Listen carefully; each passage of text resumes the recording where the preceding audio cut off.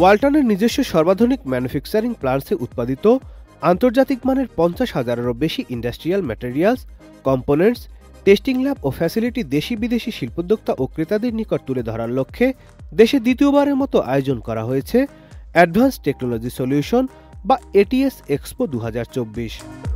রাজধানীর কুড়িলে বসুন্ধরা আন্তর্জাতিক convention city হল 3-এ 5 ডিসেম্বর বৃহস্পতিবার সকাল 9 ঘটিকায় আনুষ্ঠানিকভাবে এটিএস এক্সপো 2024 উদ্বোধন করা হয়, যার সমাপনী অনুষ্ঠিত হবে 7 ডিসেম্বর শনিবার বিকেল 5টায়। অনুষ্ঠানের উদ্বোধন করেন সিনিয়র সচিব অভ্যন্তরীণ সম্পদ বিভাগ এবং চেয়ারম্যান মোহাম্মদ আব্দুর রহমান খান। বাংলাদেশের আমাদের যে বিশেষ করে এমপ্লয়মেন্ট ফিল্ড, এখানে প্রায় 11-12 কোটি মানুষ কাজ করে, তার মধ্যে মাত্র 15 লক্ষ লোক সরকারি চাকরি করে।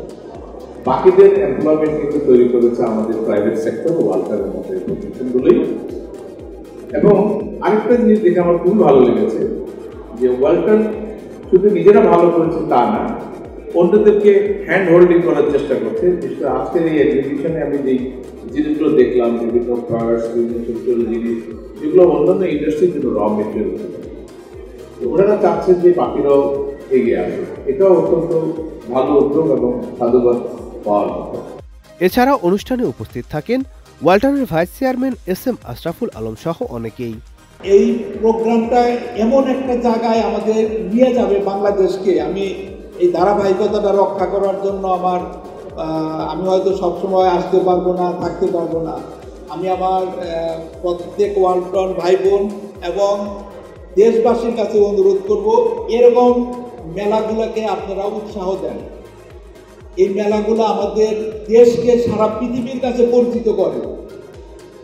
একটা দেশের প্রযুক্তি শিল্প সেই দেশের শক্তি, সেই দেশের যে তার মানুষের মান, মানুষের সক্ষমতা, সেটা তুলে ধরে।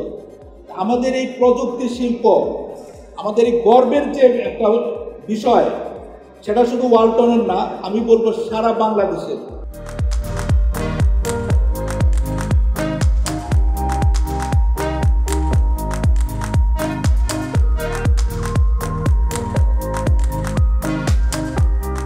এই পার্টগুলো তো আমরা ব্যবহার করছি। এই জাতীয় ফিল্ডে তো অনেক ইন্ডাস্ট্রি দেশে আছে, বিদেশে আছে। আমরা তাদের যদি এই পার্টগুলো সরবরাহ করতে পারি, তাহলে কিন্তু তারা এর থেকে উপকৃত হবে এবং তারা এই জিনিসগুলো ব্যবহার করলে তাদেরও একটা বৈদেশিক মুদ্রা সাশ্রয় হলো, কষ্ট লাঘব হলো।